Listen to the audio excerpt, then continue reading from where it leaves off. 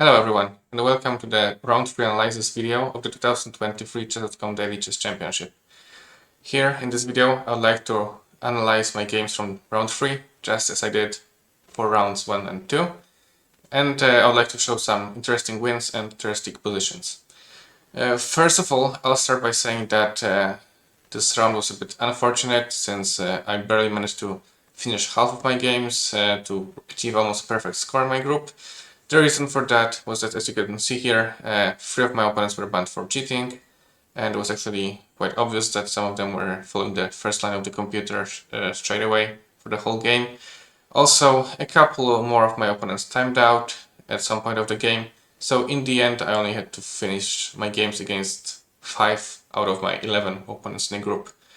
So my task was much easier here, and also even though the people who finished the games against me, in some cases they also timed out the other games, which ended up having them less points, so basically I was very happy to not have to worry about advancing, and I was pretty much advanced as the first person from all the groups in round 3.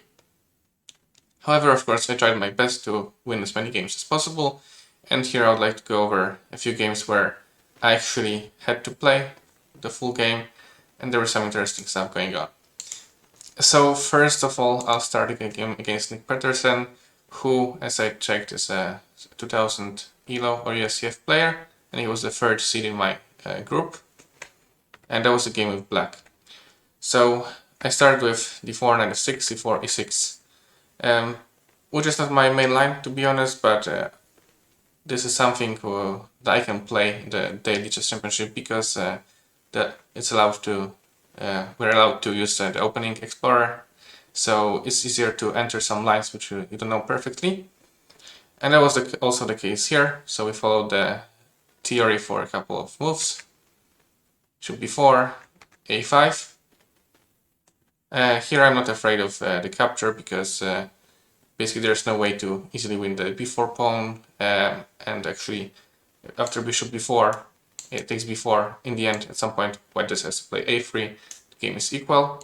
So white follows one of the main lines with g3, d6, bishop g2, knight d7, castle, e5.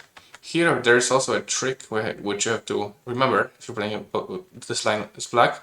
For example, in some cases, after for example castling, white has a chance to play bishop c1. And with this quiet move, there's a threat of a3. In case of d5, c5, it's also hard to get the bishop out. So in fact, I remembered it from some blitz game that I played. I was in this position forced to give up the pawn by playing a4 to free up the a5 square for the bishop. Then a3, bishop a5, queen takes a4 with a pawn for white, and it's pretty much winning. So this is something to remember. So I played e5. In this case, let's say after bishop c1, I can always take on d4 and have bishop c5. But this is something to remember when you're playing this line as black.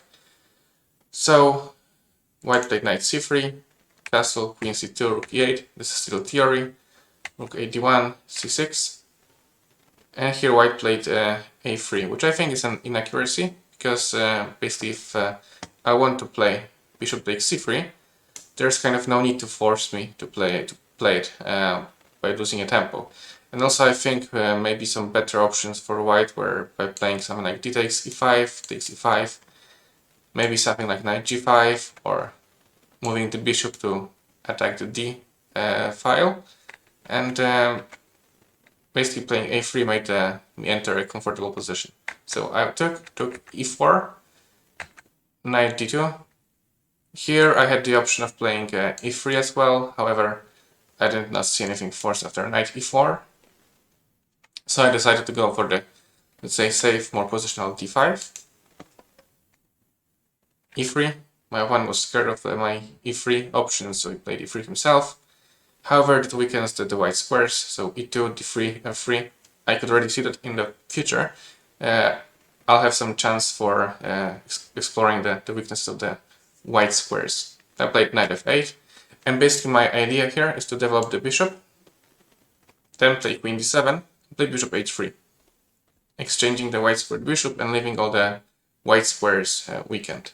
So I played b4. I followed my plan, bishop g4, rook d1. Also here there was a trick that, for example, after rook b1, I can probably play bishop e2. Exactly. And then after rook f1, I have bishop d3.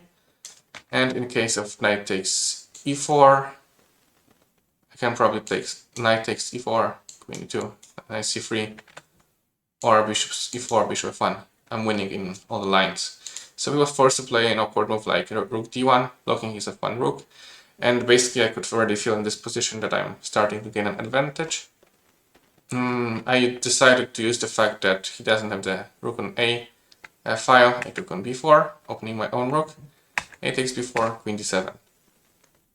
b5, white is following the logical plan of the attack on the queen side, where he's supposed to be stronger. Bishop h3, bishop b4. I guess that white would like to actually exchange the bishop for the f8 knight here, because in the future, for example, my knight might go to g5, might go to like g6, h4, and white's dark square bishop is kind of useless against my pawn chain. So I'd like to exchange the bishop. So I played knight g6,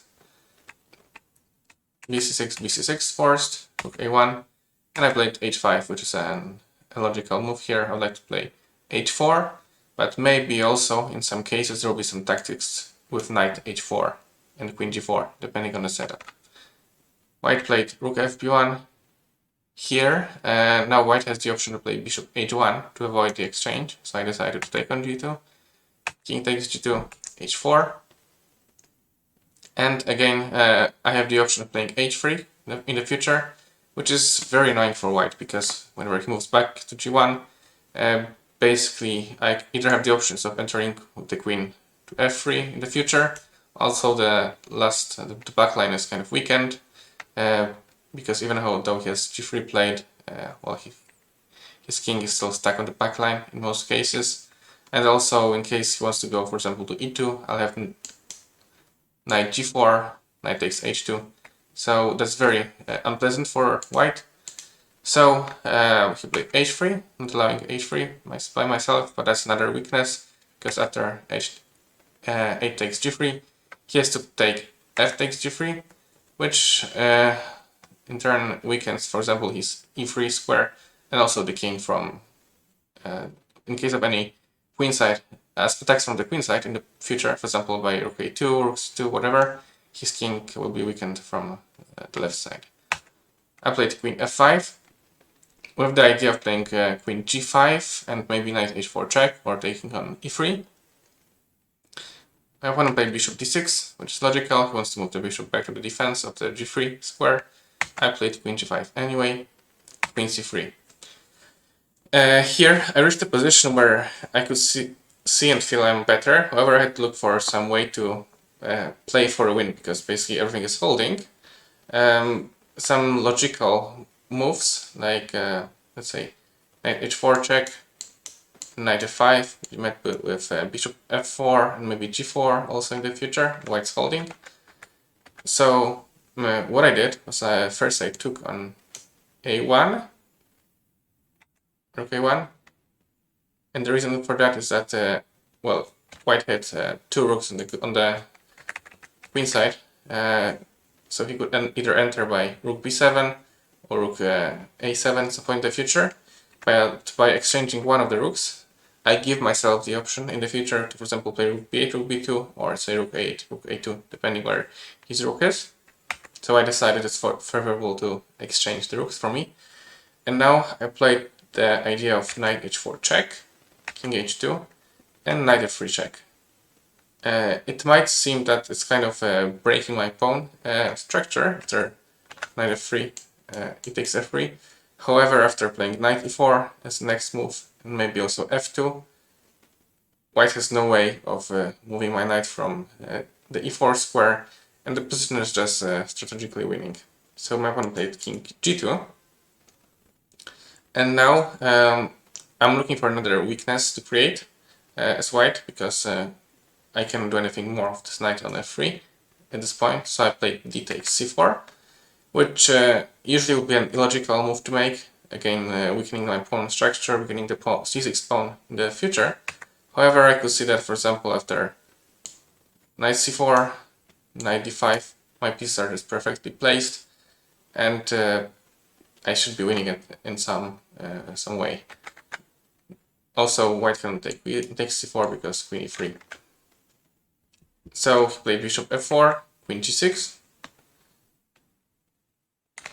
Now knight takes c4, which is similar to, if, let's say, if he played knight c4 previously. Knight d5, queen c1. Here, again, I was a bit stuck thinking how to progress. I could feel the position is winning. However, I decided that it's just a point where I can, say, transform the advantage and actually do the, again, strategically incorrect move, getting rid of my perfect knight on d5. But I decided that after knight takes f4, which I played, it takes f4, knight d4, I should be winning, because not only I took the pawn, which is not that important, but again I have the strong e4 pawn and white king is still weak. And I decided that everything should be holding and fine for me. So what happened later was knight e5, queen e6, queen c3, queen d5. Here I was able to calculate the tactics. So he cannot do anything by rook d1 because I'll always have the c5 move. So he decided to attack me from the other side, rook a5.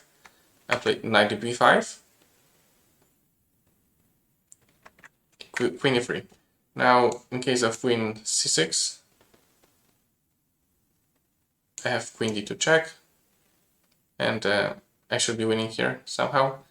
For example, like king g1, rook d8, and probably white doesn't have enough time to capture the knight on b5. So queen e5, queen e3, that's leading to checkmate. Just to show the light until the end. Black's winning here. So white played queen e3, I played f6. And here it was also important to calculate the tactics, but I spent my time here and decided that after knight c6, which is forced, queen takes c6, queen b3. At first it looks like white is getting back the knight and the pawn with tempo. However, I have the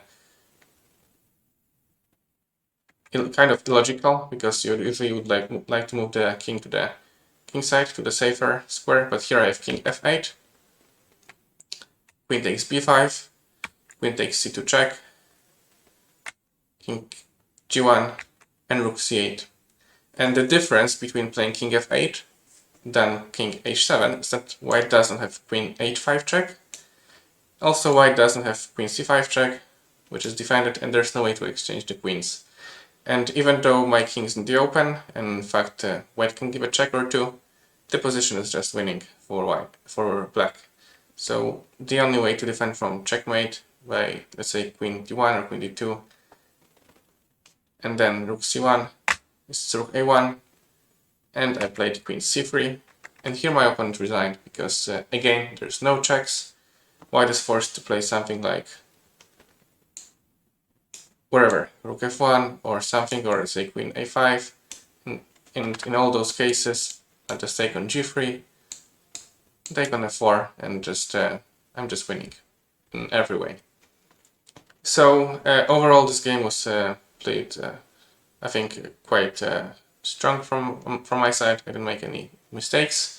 Maybe just some minor inaccuracies which I cannot even spot myself, and I was able to outplay my opponent as black quite easily.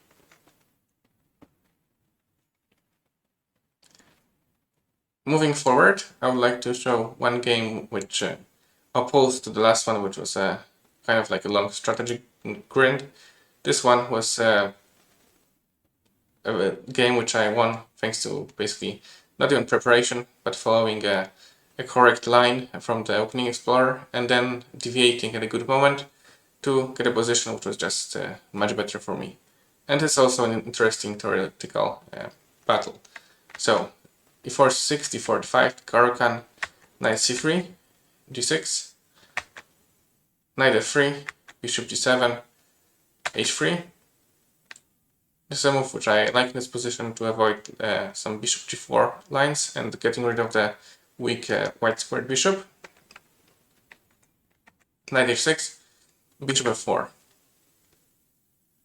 f6. This is all theory. Black's plan is to play knight f7, castle, and then break in the center with e5. However, what I'm doing right now is stuff, let's say, just developing by playing bishop e2 or something like that. I'm entering the forced line with e takes d5, c takes d5, knight b5. It's forced. Knight a6 and c4. And it turns out that this line is actually unpleasant for black. Maybe at this point it's just best to simply be castle and even give up the d5 pawn in some way. However, my opponent followed the line which was suggested by the opening explorer, actually, by the database. He played bishop e6, knight c3, dc4, d5, bishop f4, queen a4. And in fact, there were already some games in this position, and it seemed that black is fine. However, if you get deeper into the position and actually play it out, it turns out that white is just much better. After queen d7, takes, bishop c4. Now black has the problem of, let's say, finishing the development of his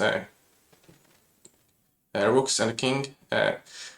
If black was able to castle in some way, put the rook to c8 and the king to g8, it would be perfect for him. However, I always have the bishop b5 check, not allowing king e8, and playing king e8 at this point, and then king f8 or something like that. It's too slow. Also, it blocks the h8 rook. So basically, there's no good way for black to finish the development.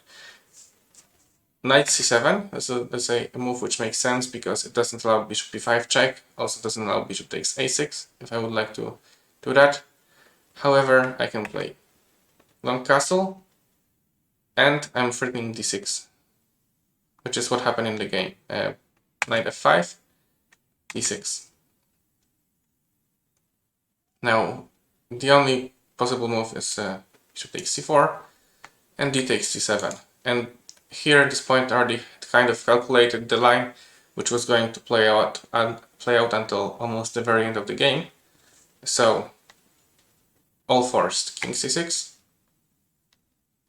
It looks like black is folding by playing e5 next move, because if black manages to play e5 and take on c7, actually black is winning. However, I can play g4. Now knight d6 is forced. Now I play the accurate move b3, kicking out the bishop from the strong position here, because on c4 the bishop was also defending the b5 square. Now if black plays bishop a6 after knight d4, black cannot take because I have knight e6, and I take the bishop on g7. So if you play bishop f7, knight d4 check. Again forced, king takes c7, knight d5, b5 check, king d7, and now bishop takes d6. Black has to take, and I take with the knight. Now moving the bishop away is not possible because I have knight f5 and I take the bishop on g7. So black has to play king e7, check, winning another tempo, king f8. And here I could take on b7 and have a pawn advantage, but I decided to go for the full domination by knight f7, king f7, rook d7, king f8, rook e7. And as you would always teach the kids, if you have two rooks on the 7th line, the position just has to be winning. Bishop h6 check, king c2, rook c8, king d3. And black is basically fully dominated, he doesn't have any moves, and pretty much all that he can do is resign. So rook g8 was played, hoping to play rook g7. However, I have rook f7 check, king e8, knight d5, and black resigned because I'll play either knight f6 or knight c7 in the next move, winning almost all the material. So that was also a very nice and easy win, and I think it's a lesson for black to not enter this specific line with bishop e6, as it's simply much better for white. And finally, I would like to, instead of showing a full game, analyze very quickly a one instructive endgame, which seemed very simple at first. However, my opponent managed to make a mistake and lose a completely drawn position. I don't want to go for the whole game of over 70 moves. However, I would like to focus on this specific rook and pawn versus bishop and pawn versus bishop endgame. So that's the starting position. This position is drawn. It's a vertical draw. What happened was I played bishop f6, bishop a5, d7, bishop b6. Here, the idea is that I would like to remove the bishop from all the squares that are defending d8. However, it's not possible to do, because say if I play bishop d4, black will just play bishop a5, and he'll keep on moving the bishop across a5, d8. So my only chance is king e7, bishop a5, that's fine, black is waiting, king e8. And here is the key position which my opponent missed, because he thought that he can just keep on moving the bishop by a5 and b6, and after bishop d8, he'll move the bishop somewhere, and let's say I move the bishop back, and he moves the bishop back to b7. However, that was incorrect, and what happened in the game was after bishop b6, it suddenly turns out I'm winning. Bishop d8, bishop e3, and now the winning line is bishop a5. The only way to prevent promotion is bishop g5, and bishop b4 is winning because I'm playing bishop e7 next move, and it's game over. So here is the key position, and it turns out that the only drawing move from all the moves the black has is actually king d5. And why is it the drawing move? Because simply black wants to run the king to e6, with the idea that after bishop d8, bishop d2, I have two options. I can go back to, say, e7 or f6, whatever. He goes back bishop a5, and if I go, let's say, bishop b6 or bishop c7,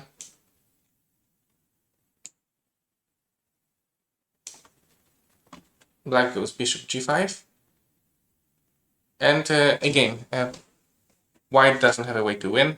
For example, let's say bishop e3, bishop f6, and then if I want to run the bishop to e7, for example, like that, black keeps the king on e6, holding a draw.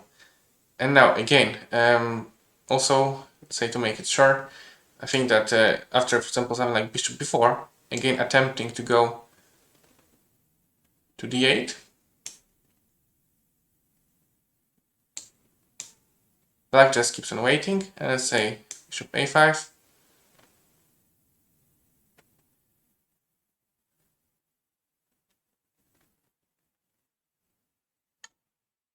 and here the difference is that let's say bishop f6, bishop d8, bishop d4, and I think black is holding, because